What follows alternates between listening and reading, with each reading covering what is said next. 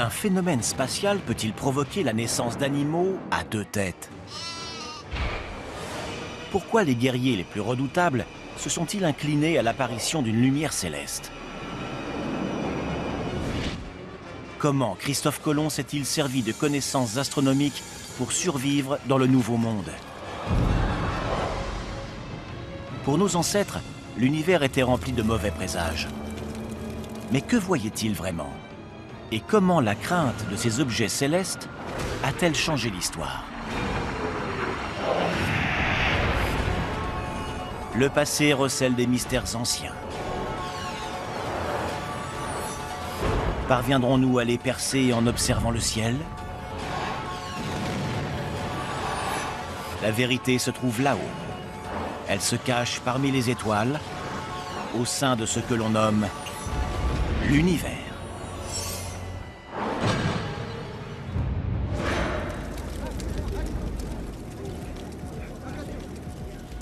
Aux yeux de nos ancêtres, le ciel était à la fois merveilleux et terrifiant. Les mauvais présages venus du ciel ont influencé l'histoire à de nombreuses reprises.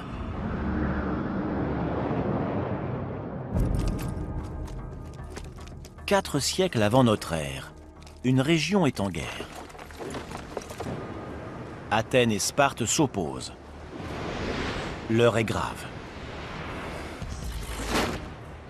La domination du monde antique est en jeu.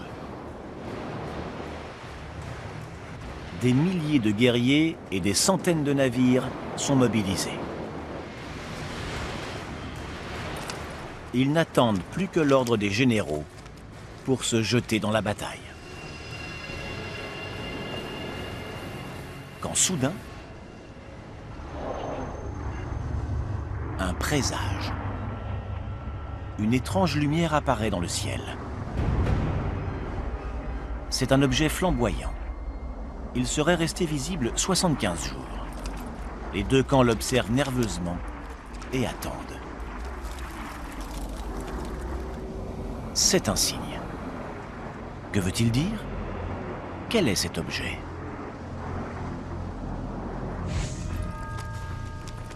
Les Spartiates élaborent une stratégie. Ils envoient un message aux Grecs. La bataille ne peut avoir lieu sous cet auspice. Les jours deviennent des semaines. Les Grecs sont persuadés que l'assaut n'aura pas lieu.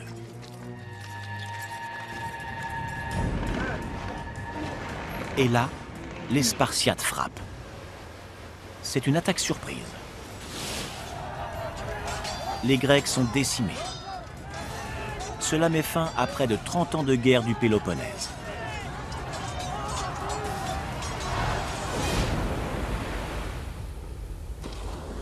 Le bilan final est ahurissant. Plus de 3000 hommes grecs sont capturés et exécutés. L'évidence est là.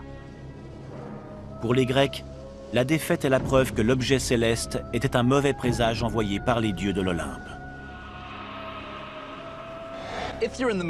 Si un présage apparaît dans le ciel en plein conflit, c'est mauvais signe. Il y a de quoi s'inquiéter. Mais quel était cet objet céleste qui a mis fin à une guerre interminable?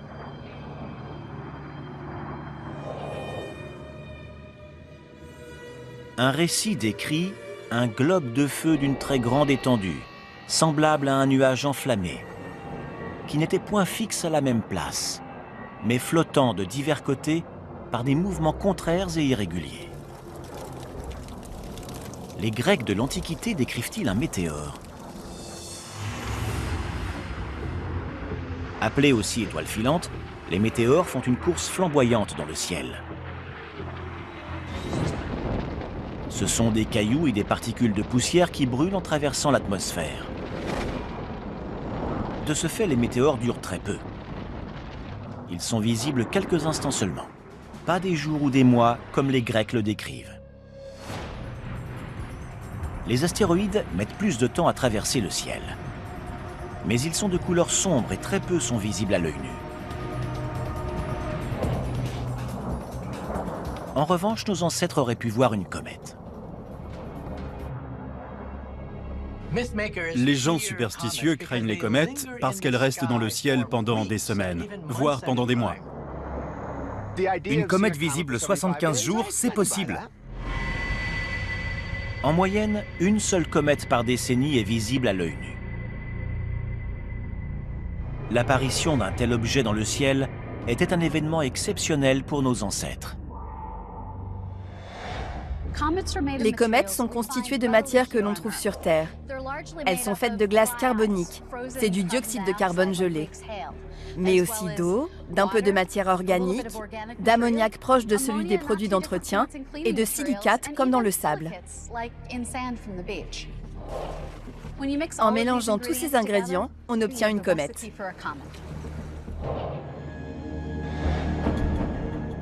Les Grecs décrivent un nuage flamboyant dans le ciel. S'agit-il d'une comète? Est-ce un corps céleste dont la position change quasiment chaque soir? Sa rapidité est-elle inégalée?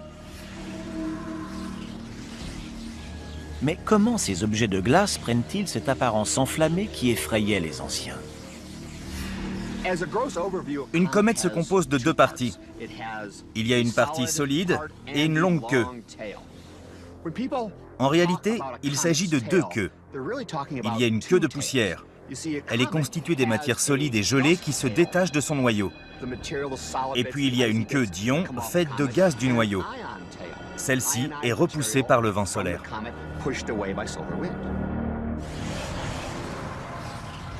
Les queues de comètes ont des formes variées. Mais elles ont un point commun. Quelle que soit la position de la comète, la queue d'ion est toujours orientée dans la direction opposée au Soleil. Les comètes filent vers le centre du système solaire et sont réchauffées progressivement par le Soleil. C'est ce qui provoque le développement d'une magnifique queue. Celle-ci n'est pas dans l'alignement de la comète car elle est poussée par les rayonnements du Soleil. Sa visibilité dépend de notre position par rapport au Soleil et à la comète. Parfois, lorsque la comète s'éloigne du Soleil, elle passe à travers sa propre queue.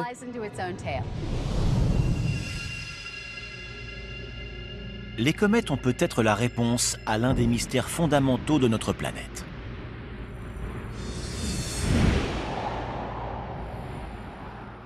Sur Terre, l'eau est source de vie. Mais d'où est-elle venue? Certains pensent que l'eau des océans est venue de comètes qui se sont écrasées sur Terre.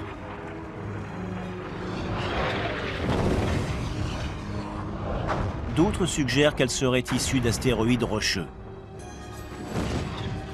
Quelle théorie est la bonne?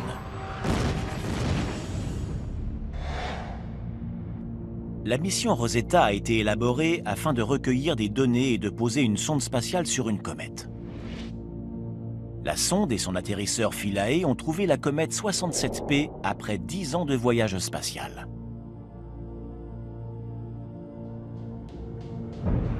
Mais comment rattrape-t-on une comète? Il faut tourner plusieurs fois autour du Soleil et réussir un passage délicat à moins de 350 km de la surface de Mars. Puis, il faut freiner.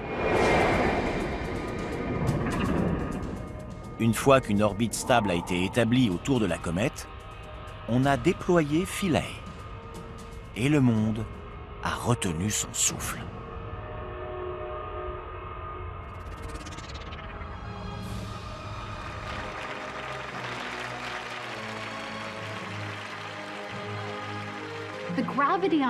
Sur une comète, la gravité est très faible. La force d'attraction sur la sonde était équivalente au poids d'un bout de papier sur la main. On a équipé l'atterrisseur de harpons pour l'aider à se fixer à la surface de la comète. Mais ils n'ont pas fonctionné et Philae a rebondi. Il a donc été le premier et le second à atterrir sur la comète. Philae a fini par se stabiliser. Mais il se trouvait en partie à l'ombre d'une falaise. Les panneaux solaires ne recevaient qu'1 heure et demie de soleil au lieu des 6 heures prévues. Les instruments ont tous été mis en marche. L'équipe voulait collecter le maximum d'informations avant qu'ils ne soient à court d'énergie. Malgré ce coup du sort, la mission Rosetta a réussi à faire une découverte significative. Il semble peu probable qu'une comète comme celle-ci ait apporté l'eau sur notre planète. Sa vapeur est d'une composition chimique différente de celle que l'on trouve sur Terre. Cela fait des astéroïdes la source la plus plausible de notre eau. Cette découverte importante pourrait faire basculer des décennies de discussion. Elles n'ont peut-être pas apporté l'eau sur Terre, mais les comètes sont associées à des croyances, des superstitions et des présages comme aucun autre objet céleste. Nos ancêtres étaient persuadés qu'une certaine comète provoquait des malformations chez les animaux. Avaient-ils raison? Cette comète pourrait-elle éradiquer toute vie sur Terre? En Normandie, en 1066, une armée imposante se prépare pour une invasion décisive. Ces soldats normands, descendants de Vikings, sont menés par un homme. Il s'agit de Guillaume le Conquérant.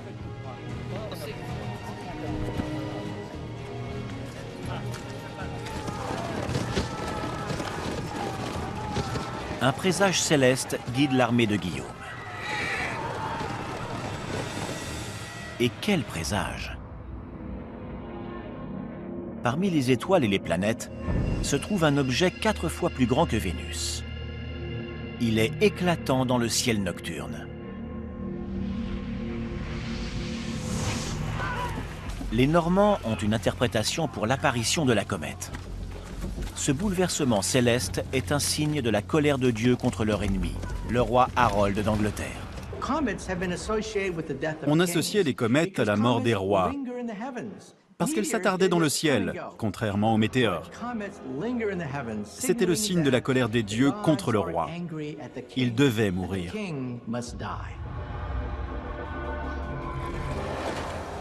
14 octobre 1066. Les Normands ont traversé la Manche. Ils affrontent le roi Harold et ses troupes à Hastings. Le temps est venu de se battre. Des milliers d'hommes s'apprêtent à mourir.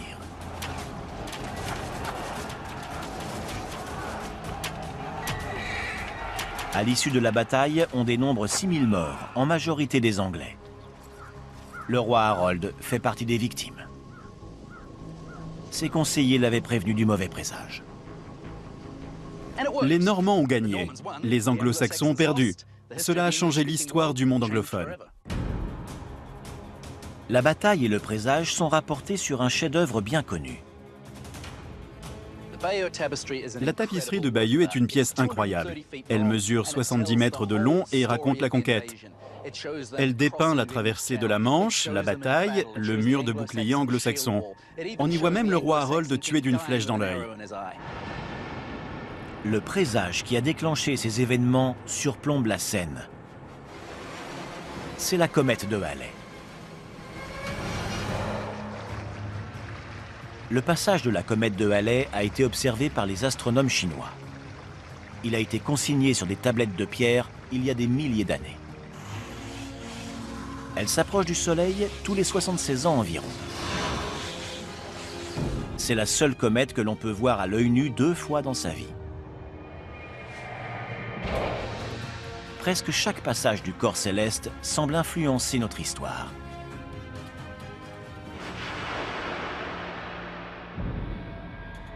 Dans l'Antiquité, les Helvètes la considéraient comme un très mauvais présage. Ils la rendaient responsable de tout, des tremblements de terre à la naissance d'animaux à 2 têtes. Suite à son apparition en 1456, on dit que le pape a excommunié la comète. Elle était un mauvais signe pour les soldats chrétiens qui se battaient contre l'Empire ottoman. Mais cette crainte n'est-elle qu'une simple superstition? La comète pourrait-elle vraiment causer la fin du monde? Imaginons. Nous sommes le 27 novembre 2061. Alors que les astronomes amateurs se rassemblent pour observer la comète de Halley, une information stupéfiante est confirmée. La trajectoire de la comète a changé et elle se dirige droit sur la Terre. Une comète géante qui s'écraserait sur Terre ferait des ravages. D'abord, il y aurait un éclair de chaleur constitué d'infrarouge. Il se déplacerait à la vitesse de la lumière. Puis, il serait suivi d'une onde de choc. Celle-ci irait quasiment à la vitesse du son et pulvériserait tout sur son passage. Et ensuite, il pourrait y avoir un tsunami. Il faut rappeler que la comète de Halley fait environ 16 km de long. Mais on estime que l'extinction des dinosaures, il y a 65 millions d'années, aurait pu être provoquée par un objet d'à peine 10 km de diamètre. Donc, si la comète de Halley venait à toucher la Terre, la planète entière pourrait être anéantie. Aujourd'hui, la technologie nous permet de suivre et de photographier la comète de Halley tout le long de son orbite. En cas de problème, nous aurons le temps d'élaborer un plan pour sauver l'humanité. Si on surveille précisément la trajectoire d'une comète depuis des années, alors on peut repérer une collision avec la Terre des décennies à l'avance. Dans ce cas-là, on devrait pouvoir trouver une solution avant qu'elle ne touche notre planète. Une navette spatiale pourrait aller tirer doucement la comète et la dévier de sa trajectoire. Les comètes vraiment dangereuses sont celles qu'on n'a jamais vues. Ce sont des corps célestes dont l'orbite est si grande que chacun de leurs passages est séparé par des milliers d'années. Si une comète s'approchait pour la première fois, notre technologie actuelle serait impuissante. Nous aurions quelques mois devant nous, 1 an au plus.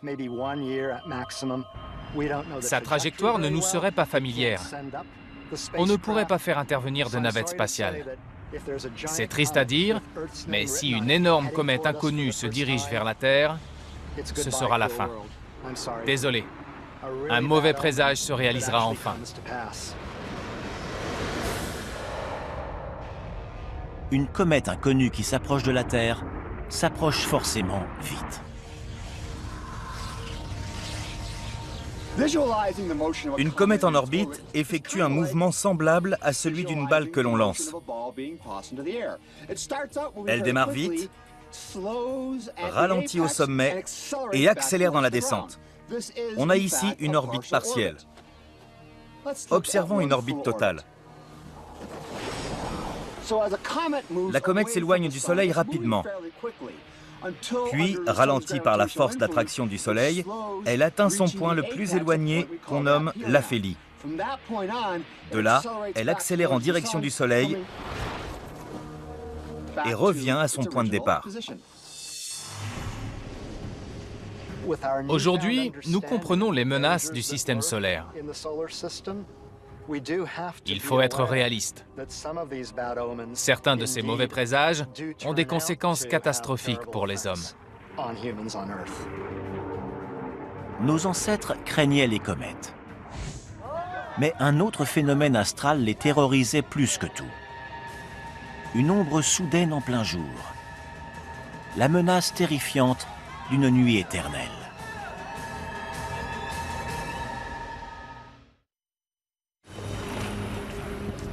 Au Xe siècle, un vaillant groupe de Vikings quitte la Norvège.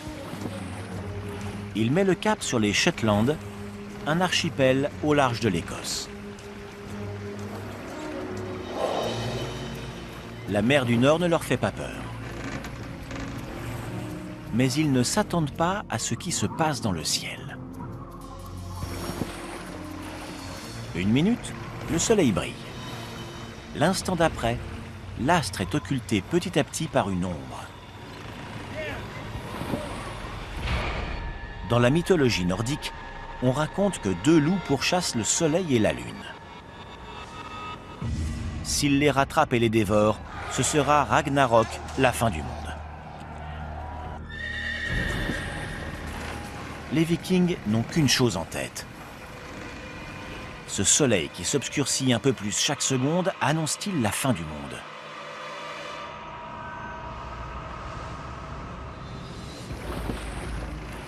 Il n'y a pas que chez les Vikings qu'on utilisait les monstres pour expliquer l'inexplicable.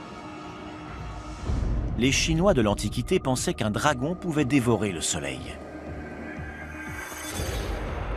En fait, ce présage était une éclipse solaire. On rapporte que les Chinois sortaient de chez eux et faisaient du bruit. Une éclipse solaire était le signe qu'un dragon mangeait le soleil. Faire du vacarme permettait donc de faire fuir le dragon.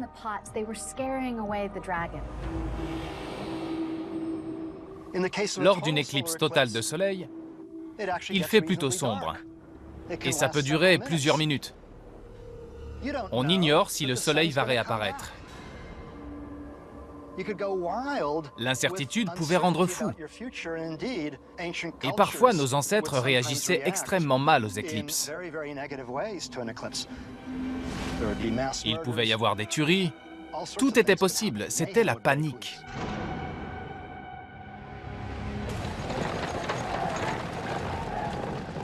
En 585 avant notre ère, en Turquie, un conflit qui dure depuis 6 ans est bouleversé par une nuit soudaine.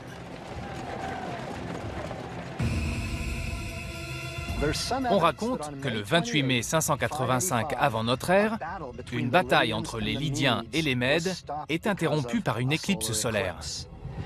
Ils s'affrontent depuis 6 ans et en fin de journée, il y a une éclipse. Une chape de plomb s'abat sur le champ de bataille. Tous ont les yeux rivés au ciel. Ils se disent que c'est un signe des dieux, qu'ils ne devraient pas se battre. Ils font la paix et les ennemis réconciliés marient leurs enfants. L'issue est positive, même si au départ, c'était un mauvais présage. Mais en quoi consiste une éclipse de soleil? Une éclipse solaire se produit lorsque la Lune se trouve exactement ou presque entre la Terre et le Soleil. Le disque lunaire occulte entièrement ou en partie le disque solaire. Le soleil est vital pour nous. Donc, l'idée qu'il puisse être occulté par quelque chose est stupéfiante. On comprend pourquoi ce phénomène a pu susciter la peur ou suggérer l'imminence d'une catastrophe. Sur Terre, les éclipses sont le fruit d'une incroyable coïncidence. Et celle-ci n'existe nulle part ailleurs dans notre système solaire. Depuis la Terre, le Soleil et la Lune ont l'air d'avoir la même taille. En fait, la Lune est 400 fois plus petite que le Soleil. Mais elle est 400 fois plus proche de nous. C'est un peu un accident céleste si le disque lunaire correspond à celui du Soleil. Et cela fascine les astronomes depuis des millénaires. C'est la superposition parfaite de la Lune qui rend les éclipses possibles. Mais en sera-t-il toujours ainsi? Au fil des années, la Lune s'éloigne petit à petit de la Terre. Et dans un avenir lointain, elle n'occultera plus le Soleil complètement. La Lune s'écarte de la Terre. Elle semble diminuer petit à petit dans le ciel. Dans environ 500 millions d'années, il n'y aura plus d'éclipse totale de Soleil. On a la chance de pouvoir admirer les mauvais présages des anciens.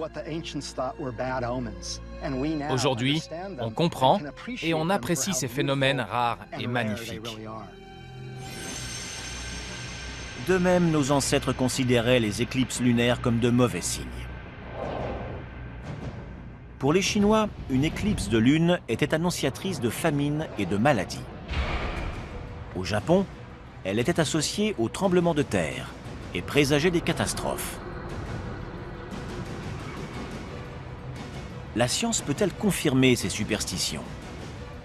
Est-ce que la Terre gronde si le ciel s'assombrit?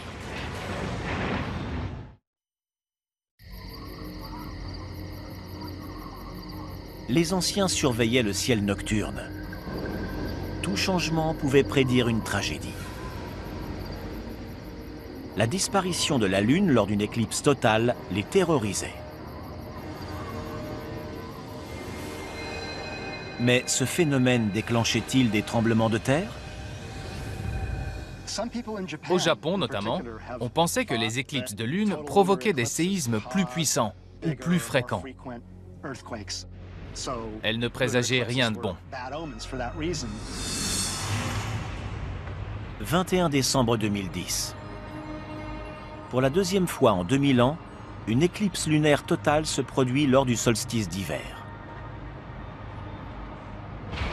Au Japon, un puissant tremblement de terre de magnitude 7,4 provoque des alertes au tsunami le long des côtes. 30 ans plus tôt, en Iran, un séisme de 7,7 avait fait 25 000 victimes. Une éclipse avait eu lieu quelques heures plus tard. Lors d'un alignement parfait, se pourrait-il que les gravités cumulées du Soleil et de la Lune déclenchent des séismes dévastateurs sur Terre? Aucune étude ne le confirme. Scientifiquement, rien ne permet de dire qu'une éclipse de lune provoque plus de séismes. C'est absurde. Une éclipse lunaire se produit lorsque la Terre fait de l'ombre à la Lune. À lui seul, ce phénomène effrayait les anciens. Mais en plus de ça, il arrive que la Lune change de couleur lors d'une éclipse. À l'ombre de la Terre, la Lune prend parfois une couleur rouge sang. C'était un mauvais présage pour les anciens. Pendant une éclipse totale de lune, celle-ci est éclairée par tous les levers et les couchers de soleil terrestres.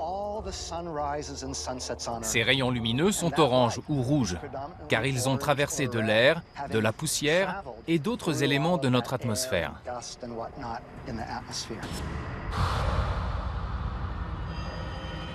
Malgré la peur qu'elle suscitait, certains observateurs s'étaient rendus compte que les éclipses étaient prévisibles.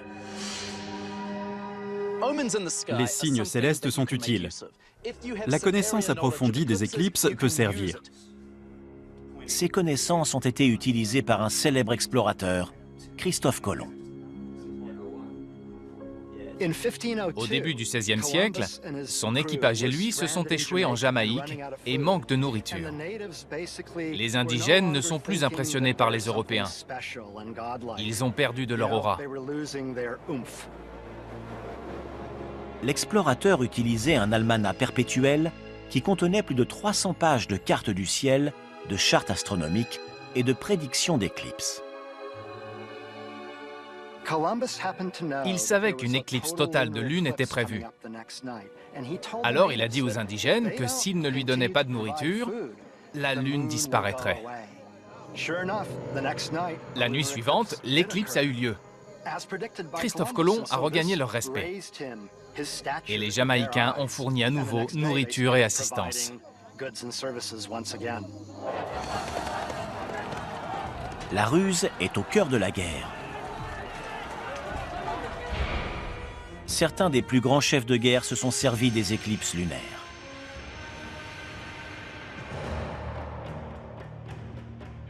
On dit que Laurence d'Arabie a fait concorder l'assaut d'Aqaba avec une éclipse de lune. Les Turcs musulmans au pouvoir étaient distraits la nuit du phénomène astral. Comme le veut la tradition, ils étaient occupés à faire du bruit. Ils tiraient des coups de feu et tapaient sur des casseroles pour sauver la lune. Laurence utilisa ses connaissances de la science et des superstitions. Et avec ses soldats arabes, il reprit la ville sans perdre un seul homme. Le 20 septembre de l'année 331 avant notre ère, l'armée d'Alexandre le Grand est en infériorité numérique. La défaite contre l'empereur Darius de Perse semble inéluctable. Alexandre le Grand était intelligent. Une éclipse lunaire se produit. Il sait que c'est un présage. Il ne veut pas démoraliser ses hommes, alors il utilise l'éclipse à son avantage. La lune est rouge sang. L'arme secrète d'Alexandre est à l'œuvre. Il joue sa dernière carte pour tenter de sauver ses hommes et son empire.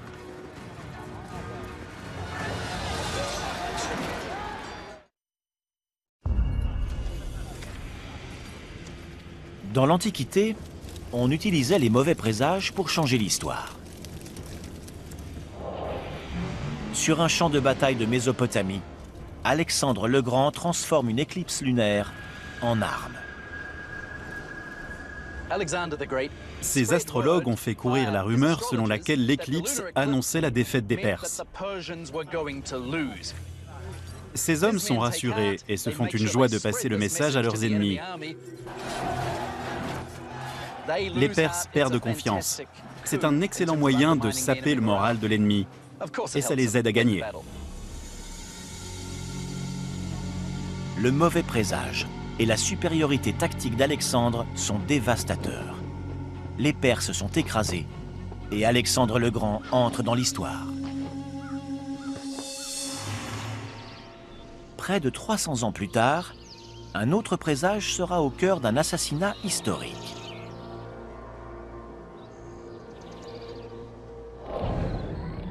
Au sommet d'une colline, au nord de Rome, on se rassemble pour observer un point rouge qui brille dans le ciel nocturne.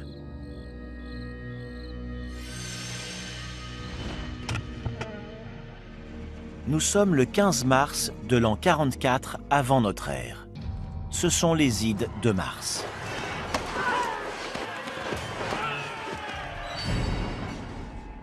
Jules César est mort. Et Mars semble en colère. Sous l'Empire romain, des collèges entiers de prêtres se chargeaient d'interpréter les présages sous toutes leurs formes. On allait leur demander ce que ça voulait dire.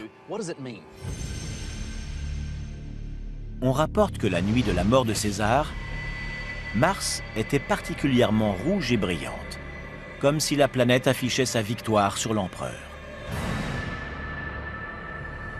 Aujourd'hui, nous savons que la couleur de Mars n'a rien à voir avec la colère. Mars est rouge parce qu'elle est rouillée. Il y a des résidus d'eau à la surface et dans le sol de Mars. Ces résidus, qui datent de sa formation, oxydent le fer à sa surface.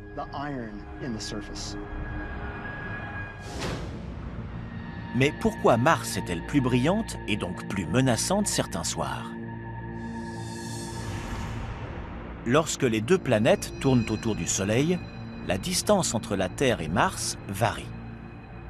La Terre fait le tour du Soleil en 365 jours. La révolution de Mars s'effectue en 687 jours. Cela signifie qu'à un moment de sa course, la Terre se rapproche de Mars. Puis, les planètes atteignent la phase dite d'opposition. La Terre se trouve entre Mars et le Soleil.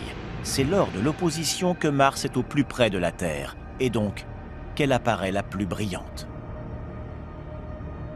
A l'inverse, quand le Soleil est entre les deux planètes, c'est là qu'elles sont les plus éloignées. Elles sont environ 7 fois plus loin que lors de la phase d'opposition. On sait aujourd'hui que certains corps célestes pris pour des mauvais présages étaient des planètes. Une planète serait-elle responsable d'un mystère enfoui dans la jungle du Yucatan au Mexique?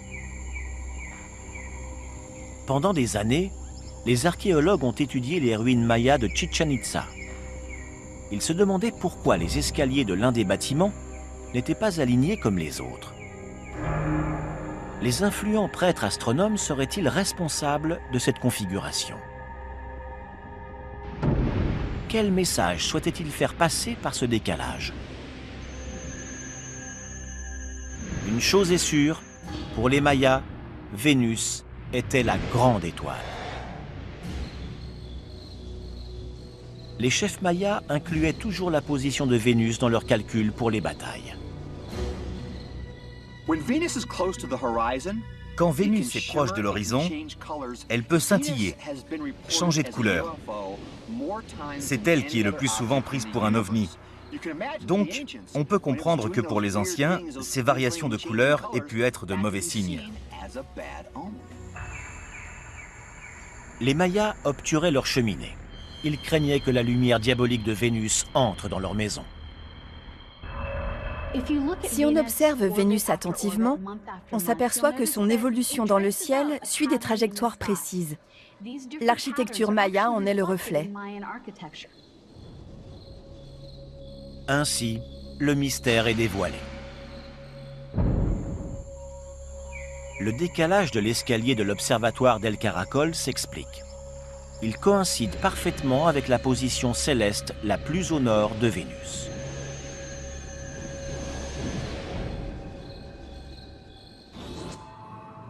Les lumières célestes ont toujours attiré l'attention de nos ancêtres. Certaines d'entre elles sont simplement inquiétantes, mais d'autres semblent tout à fait menaçantes.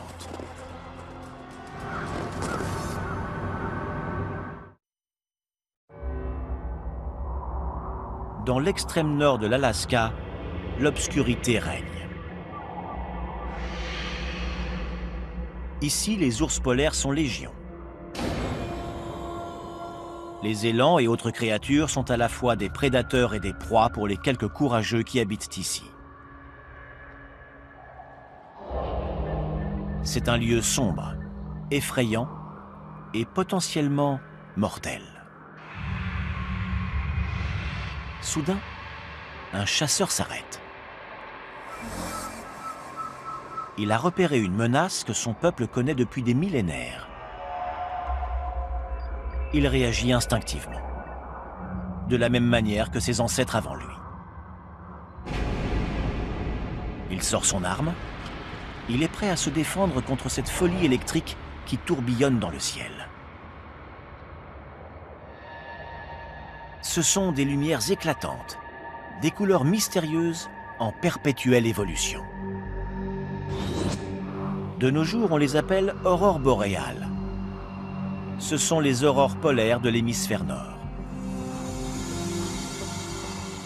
Pour les Esquimaux près de Barrow en Alaska, comme dans beaucoup de cultures, ce sont de mauvais présages.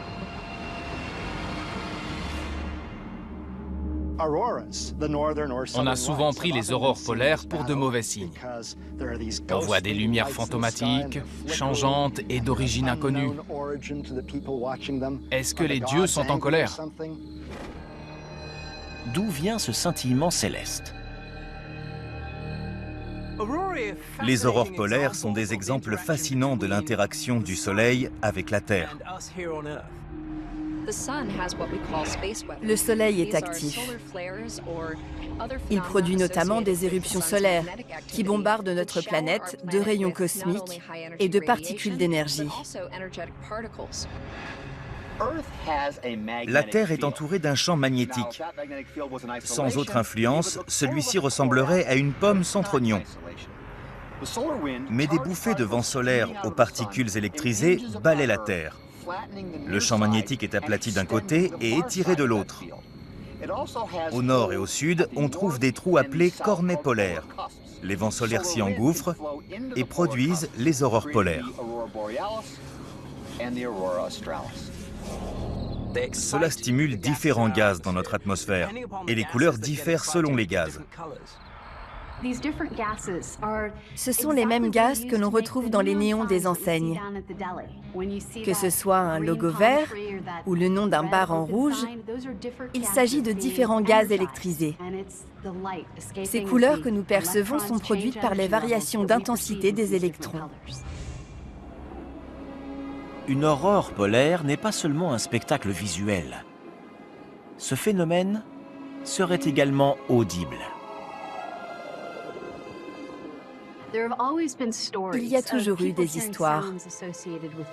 Des gens avaient entendu des bruits lors d'une aurore polaire, des claquements, des sifflements, mais rien n'était avéré.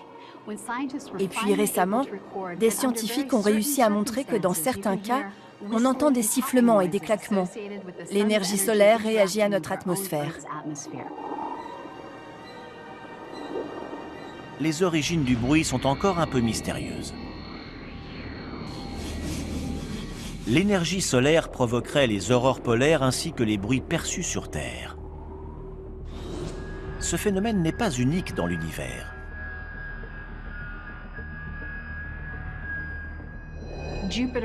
On observe des aurores polaires sur Jupiter, sur Saturne et sur Vénus. Nos ancêtres expliquaient leur environnement par les présages, les signes et les augures. De nos jours, les astronomes font des découvertes passionnantes. Ils apportent des réponses scientifiques à ces phénomènes autrefois terrifiants. Nous vivons dans une époque incroyable. Toutes ces choses qui effrayaient nos ancêtres, aujourd'hui nous les comprenons grâce à la science. Les hommes n'aiment pas l'incertitude. Que l'on ait vécu dans l'Antiquité ou que l'on vive aujourd'hui, c'est pareil. On cherche des signes dans la nature, dans le ciel. Des signes qui nous aident à comprendre et qui nous rassurent sur l'avenir. Nos connaissances remplacent la peur. Les gens voyagent pour voir des aurores boréales ou des éclipses. Les mauvais présages d'hier sont les attractions touristiques d'aujourd'hui. En ce début du XXIe siècle, l'humanité veut comprendre et se frotter à ce que les anciens appelaient